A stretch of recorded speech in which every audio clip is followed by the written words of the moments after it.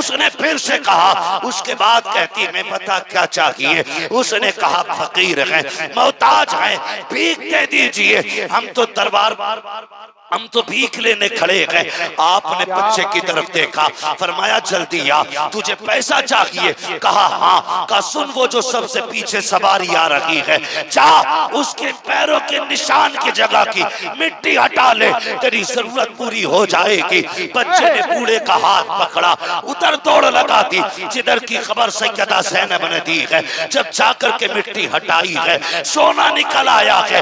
बच्चे से बाप कहता है बेटे क्या हो गया है? कहा ये काफले वाले कौन है? कहा क्या हुआ? कहा ये जो लोग जा रहे हैं, इन्होंने कहा था कि मिट्टी हटा ले, वहां तेरी जरूरत पूरी हो जाएगी। अब्बा मैंने मिट्टी हटाई है तो सोना निकल आया है। बाप ने कहा सोना फेंक दे, जल्दी दौड़ के चल। कहा कहां? कहा जिसने सोने का पता बताया है। कहा किस लिए? कहा तू नहीं जानता है, ये जो गुजर के जा रही है या तो नबी की बेटी गई है या अली की बेटी गुजर के।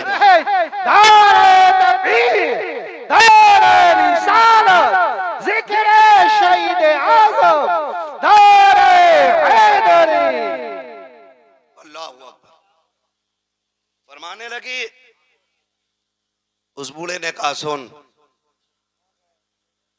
या तो ये नबी की बेटी गुजर के गई है या अली की बेटी गुजर के गई है।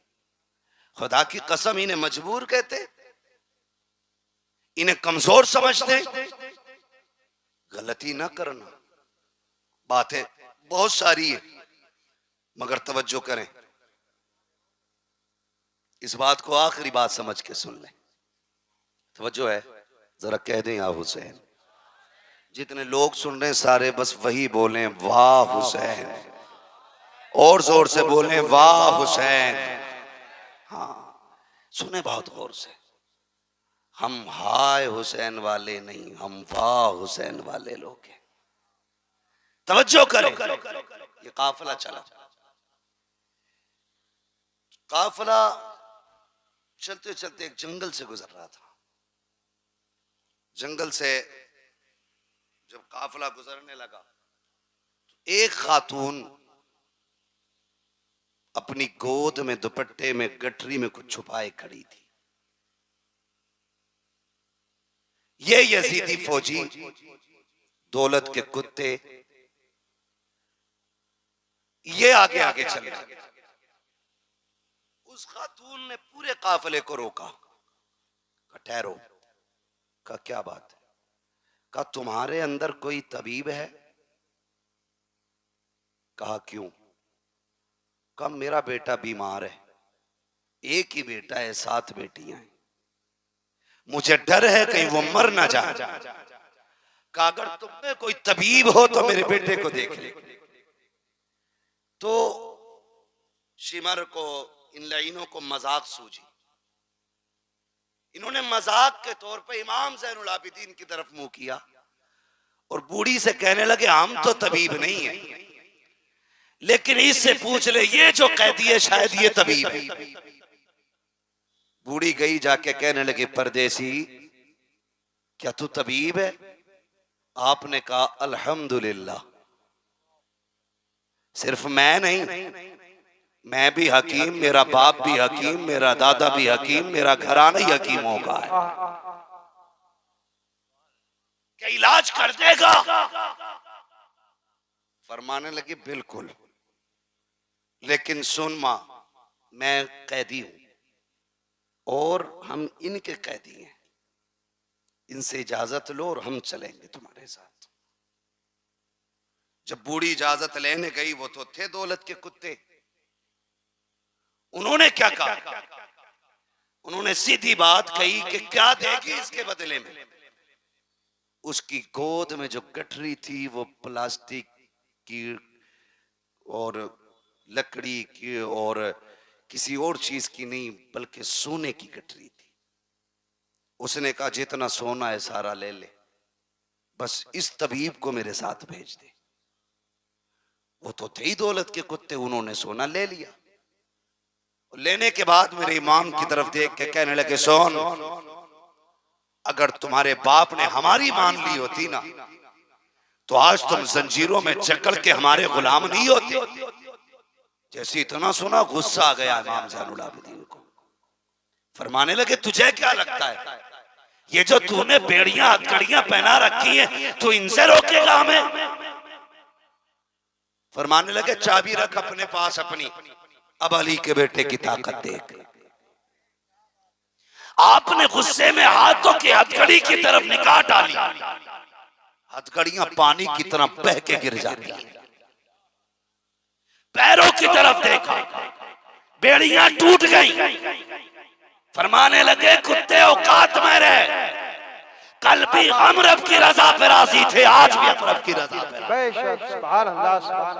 वरना हमें कोई दुनिया की ताकत नहीं रोक पाएगी। उसके बाद जब आप चले, शर्मिंदा हो गया इतनी बात पे, सबके सामने मुंह की खानी पड़ी। लेकिन मेरे इमाम ज़ैनुल आबिदीन इतने थक चुके थे कि चलते चलते ना पैर पूरे नहीं उठ पा रहे थे, पैर खचेड़ के जमीन पे चल रहे हैं। इतनी ताकत नहीं बची है कि पूरा पैर उठा के रख सके, जमीन पे पैर रगड़ते जा रहे हैं। बूढ़ी आगे आगे चलते चलते जब बूढ़ी का मकान आया तो एक बच्ची दरवाजे पे खड़ी थी। उसने कहा माँ जी बेटी कई से भेज दे वापस। कहा क्या हुआ? का जिस बेटे के लिए लेके आई थी वो बेटा खत्म हो गया। इतना सुना आह निकल गई। बूढ़ी रो के कहने लगी सोना भी चला गया, बेटा भी चला गया। जा, मैंने तुझ पे ज्यादती की, मैं यहां तक चला के लाई, तेरा एहसान तो यहां तक आ गया, वापस चला जा। इमाम ज़ैनुल आबिदीन ने कहा मां दरवाजे तक आए हुए मेहमान को लौटाया नहीं जाता है, चौखट तक आने की इजाजत तो दे। बूढ़ी ने कहा क्या करेगा बेटा, तेरा वक्त जाए होगा, तेरा टाइम खर्च होगा, तू परदेसी मुसाफिर जाने कब का चला है, कब तक चलेगा, कुछ खाया कि नहीं खाया। ए बेटे अब यहाँ आके वक्त जाए न कर। कहा माँ मुझे दरवाजे तक आने की इजाजत दे। इमाम ज़ैनुल आबिदीन को इजाजत मिली। आप जैसी घर के अंदर कदम रखते हैं क्या देखते हैं, दो बहनें बैठी हुई हैं, एक सर की तरफ बैठी है, दूसरी पैरों की तरफ बैठी है, दो जवान के ऊपर कपड़ा पड़ा है।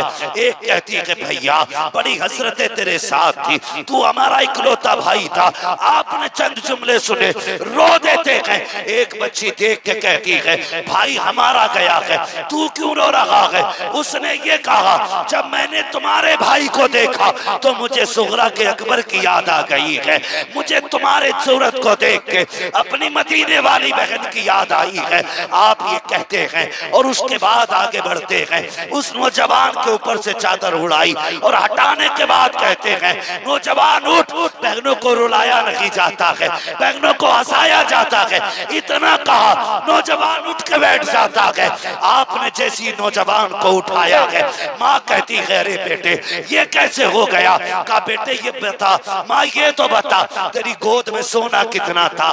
का 7 बेटियों का जेवर था। का जल्दी कर, जितना सोना था उतनी मिट्टी लेके आ। पूरी मिट्टी लेके आई है। मेरे इमाम ने यूं हाथ लगाया है, सारी मिट्टी को सोना बना दिया है। उसके बाद कहते हैं माँ बता क्या कमी रह गई है?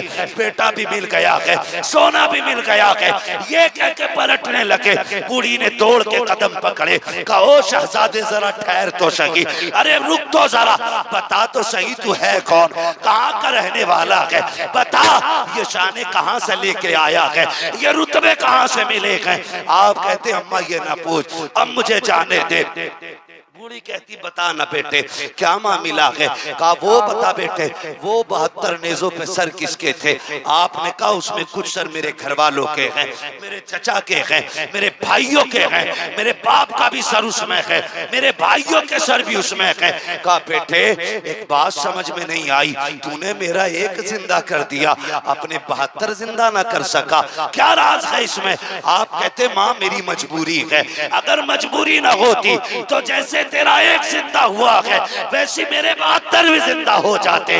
आपने जैसी इतना कहा, बूढ़ी कहती बेटे समझ में नहीं आया। कहा माँ सुने, यहाँ समझ में नहीं आएगा, वहां चल जहां नेज़ों पे सर है, सारी चीजें समझ में आ जाएंगी। बूढ़ी फिर वापस आई है। कहा बेटे अब बताना, मेरा इमाम उस नेज़े के पास आया जिस नेज़े पे इमाम अली मकाम का सर रखा हुआ है। आप बाप के सर के पीछे खड़े हुए और कहते हैं अब्बा जी वो कुरान पढ़ के सुनाओ जो करबला से यहाँ तक पढ़ के सुनाया है, फिर से वो तिलावत सुनाओ जो करबला से यहाँ तक सुनाई है। मुअर्रिखीन ने लिखा है कि सर हुसैन नेज़े पे खुद घूमा, रुख हुआ ज़ैनुल आबिदीन की तरफ और सूरह रहमान की तिलावत शुरू हो जाती है। सूरह रहमान की तिलावत मेरे इमाम के सर ने की है। आप कहते अम्मा अब कुछ समझ में आया कि नहीं? माँ कहती मैं नहीं समझी। मेरा इमाम कहता है ए माँ जिंदा वो किए जाते हैं जो मर जाया करते हैं, जो पहले से जिंदा होते हैं वो जिंदा नहीं किए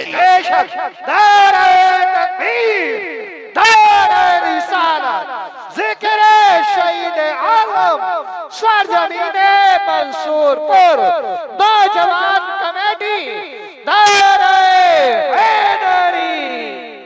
आप फरमाते माँ जिंदा वो किए जाते हैं जो मर जाया करते हैं, जो पहले से जिंदा हों वो दोबारा जिंदा नहीं किए जाते। माँ ये जो 72 नेज़ों पे 72 सर हैं ये मुर्दों के नहीं है, ये जिंदों के सर हैं। ये किनके सर हैं? जोर से और जोर से किनके? जिंदों के सर हैं। इनको अपनी औलाद का भी पता है, इनको हालात का भी पता है, इनको दौर का भी पता है। अल्लाह सलामत रखे आप लोगों को। ओ भाई ये करबला शरीफ का सफर पूरा 12 मुहर्रम से शुरू हुआ, 12 मुहर्रम से शुरू हुआ और 27 रमजान को मुकम्मल हुआ है। कितना? 12 को शुरू हुआ, 27 को मुकम्मल हुआ। आप गिनती लगा लें, गिनती जोड़ेंगे लगभग 9 महीने लगेंगे। कितने? बोलें जोर से और जोर से। 9 माह मुकम्मल सफर लगे। जानते हो अली की बेटी की जुर्रत देखे, 9 महीने सफर किया है, पैदल सफर किया है, सफर करके भी आई है, कुरान पढ़ती भी आई है। जब सफर मुकम्मल मदीने में जाके हुआ और इमाम ज़ैनुल आबिदीन का बाजू पकड़ के कहा ज़ैनुल आबिदीन ये क्या आ गया? फूफी आपको भी मालूम है ना, ये तो नाना का मज़ार है। कहा बेटे पता तो है लेकिन तुझसे भी कहलवाना है। कहा फूफी ये नाना का मज़ार है। फिर आपने रुख किया करबला की तरफ। कहा हुसैन गवाह रहना, मैंने तेरी अमानत को हिफाजत के साथ हुजूर के मदीने तक पहुंचा दिया। हुजूर के मदीने तक पहुंचाया। 9 महीने सफर किया, पैदल सफर किया। लेकिन जानते हो इस 9 महीने में सैयदा ज़ैनब ने 72 कुरान मुकम्मल किए थे। कितने? जोर से कितने? 72 कुरान अली की बेटी ने पढ़े। क्या आज हमारी बेटियों ने 72 आयतें पढ़ी हैं? कुरान के 72 कलमे ही पढ़े, 72 हर्फ ही पढ़ लेती। वो भाई अपने घरों के अंदर जाके ये सब काम करो। कुरान हुसैन के साथ है और हुसैन कुरान के साथ है। हुसैन उसी के साथ होंगे जिसके साथ कुरान भी होगा और कुरान उसी के साथ होगा जिसके साथ हुसैन भी होंगे। इसलिए अपने घरों के अंदर कुरान की आदतें डालो, नमाजों की पाबंदी करो। मैं अक्सर कहता हूं बचा के कूफे से आबिद को लेके आई है, कमर पे बारे इमामत उठा के लाई है। अली की बेटी को झुककर सलाम कर इस्लाम, तेरी अमानतें घर तक बचा के लाई है। सैयदा ज़ैनब इमाम ज़ैनुल आबिदीन को मदीने तक लेके आई, जो वादा था हुसैन से पूरा कर दिया। और जानते हो करबला से वापसी के बाद 15 साल सैयदा ज़ैनब जिंदा रही। लेकिन कभी घर से बाहर कदम नहीं निकाला, क्या बात। कभी नहीं निकाला। यहां तक कि पड़ोसियों ने भी आपको निकलते नहीं देखा। हद तो तब हो गई जब शोहर ने कहा दवा ले ले, डॉक्टर तबीब से मिलने। फरमाने लगी नहीं, मैं जहरा की बेटी हूं, मैं पर्दा नहीं तोड़ूंगी। कहा नाना के दीन में तबीब को औरत को दवा लेने के लिए हाथ पैर दिखाना जायज है? जी जी। कहा ये तो शरीयत है जो आप कह रहे हैं कि दिखाना जायज है, लेकिन अजीमत यह है कि मर जाए किसी के सामने चेहरा ना खोले। हमने अजीमत हुसैन से करबला में सीखी। कहा कैसे? कहा जब लाशों पे घोड़े दौड़ रहे थे, हमें हुसैन ने मना कर दिया था कि कुछ भी हो जाए मुस्तफा की शरीयत नहीं छोड़नी है। खुदा की कसम 15 साल जिंदा रही, कभी घर से कदम नहीं निकाला, और जमाने को भी दिखा दिया कि अली की बेटियां पर्दा कैसे करती हैं। आज हम पे भी लाजिम है हम अपने घरों के अंदर पर्दे को आम करें। खुदा की कसम अगर किसी भाई की कोशिश से बहन पर्दे वाली हो गई, बाप की कोशिश से बेटी पर्दे वाली हो गई, शोहर की कोशिश से बीवी पर्दे वाली हो गई, तो अगर ये जन्नत में जाएगी, अल्लाह बाप को, भाई को, शोहर को, तीनों को भी जन्नत अता फरमाएगा। जरूरी ये है कि हम शरीयत को आम करें, मुस्तफा जाने रहमत के दीन को मजबूती से पकड़ें। पूरा पैगाम करबला शरीफ का आप पढ़ लीजिए। बहुत सारे जुल्म करबला शरीफ में हुए, लेकिन उन्होंने सब्र नहीं छोड़ा, शरीयत नहीं छोड़ी, दीन नहीं छोड़ा। इमाम ज़ैनुल आबिदीन, इमाम ज़ैनुल आबिदीन के हवाले से बेशुमार रिवायतें मौजूद हैं। बस एक बात मैं भी बता दूं, आपके खेमे में ना जब बदला लेने की बारी आई, किसकी? मुख्तार सक़फ़ी ने जब बदला लिया था और ये यजीदी जाने चुरा चुरा के भाग रहे थे, तो एक भागते भागते जंगल में उसे कोई ठिकाना नहीं मिला, तो एक झोंपड़े में जाके घुस गया, और वो झोंपड़ा किसी अजनबी का नहीं, इमाम ज़ैनुल आबिदीन का था। इमाम ज़ैनुल आबिदीन की क़यामगाह थी, मुख्तार सक़फ़ी की फौजें पीछे थी। पनाह लेने के लिए खेमे में घुसा, प्यास लगी थी, का पानी मिलेगा? आपने एक प्याला दिया, का और चाहिए? दूसरा प्याला भर के दिया, का और चाहिए? तीसरा प्याला भर के जब दिया, इसने हाथ में लेके कहा लगता है तुमने मुझे पहचाना नहीं। कहा क्यों? कहा अगर पहचान लेते तो मुझे पानी ना पिलाते। मेरे इमाम ज़ैनुल आबिदीन की आंख में आंसू आ गए। फरमाने लगे कैसी बातें करता है, अपने बाप के कातिल को कोई भूल सकता है? क्या मैं तेरे चेहरे को भूल जाऊंगा? क्या तू वो शिमर नहीं है जिसने मेरे बाप के गले पे खंजर चलाया था? तू वही तो कुत्ता है। काफिर मुझे पानी क्यों पिलाया? हमने तो तुम्हारे ऊपर नहरे फुरात के पैरे सख्त कर दिए थे, तुम पानी पिला रहे हो। फरमाने लगे सुन, कल हम तुम्हारे मेहमान बने थे, आज तू हमारा मेहमान बना है। जो तुमने किया वो तुम्हारा दस्तूर था, जो हम कर रखे कहीं नबी के घर वालों का दस्तूर। ओ भाई, कोई वफा, मोहब्बत, ताकत कोई सीखे तो अली के बेटों से। वो कहा था अली का घर भी क्या घर है कि उस घर का हर एक बच्चा जिसे देखो वही शेरे खुदा मालूम होता है। जिसे देखो वही शेरे खुदा मालूम होता है। मेरे नबी ने फरमाया लोगो मुझसे प्यार करना चाहते हो, मेरे हुसैन से प्यार करने लगना। मेरे हुसैन का प्यार गोया मेरा प्यार है, मेरा प्यार है। अल्लाह अराकीनी कमेटी की मोहब्बतों को सलामत रखे, आप लोगों के जज्बों को सलामत रखे। इतनी रात तक बैठ के आपने अली के बेटों की बातें सुनी है। जब कयामत में कोई किसी की सुनने वाला नहीं होगा, इंशाअल्लाह हम गुनाहगारों की सुनने के लिए हुसैन आ जाएंगे, हुसैन आएंगे। वो कहा था ना, आ गए कब्र में भी छुड़वाने, दर्द कितना है उम्मती के लिए। ओ भाई, हम उनसे वफा करें जो जमाने से वफा करते हैं। अल्लाह ताला हमें करबला वालों की खैरात अता फरमाए, हमें अहले बैत का सदका अता फरमाए। अल्लाह हम सबको ज़हरा के लालों का सदका अता करे, मौला अली के पालों का सदका अता करे, मुस्तफ़ा जान रहमत के नौनिहालों का सदका अता करे। फरमाया गया इन्नल्लाह मअस-साबिरीन, अल्लाह सब्र करने वालों के साथ है।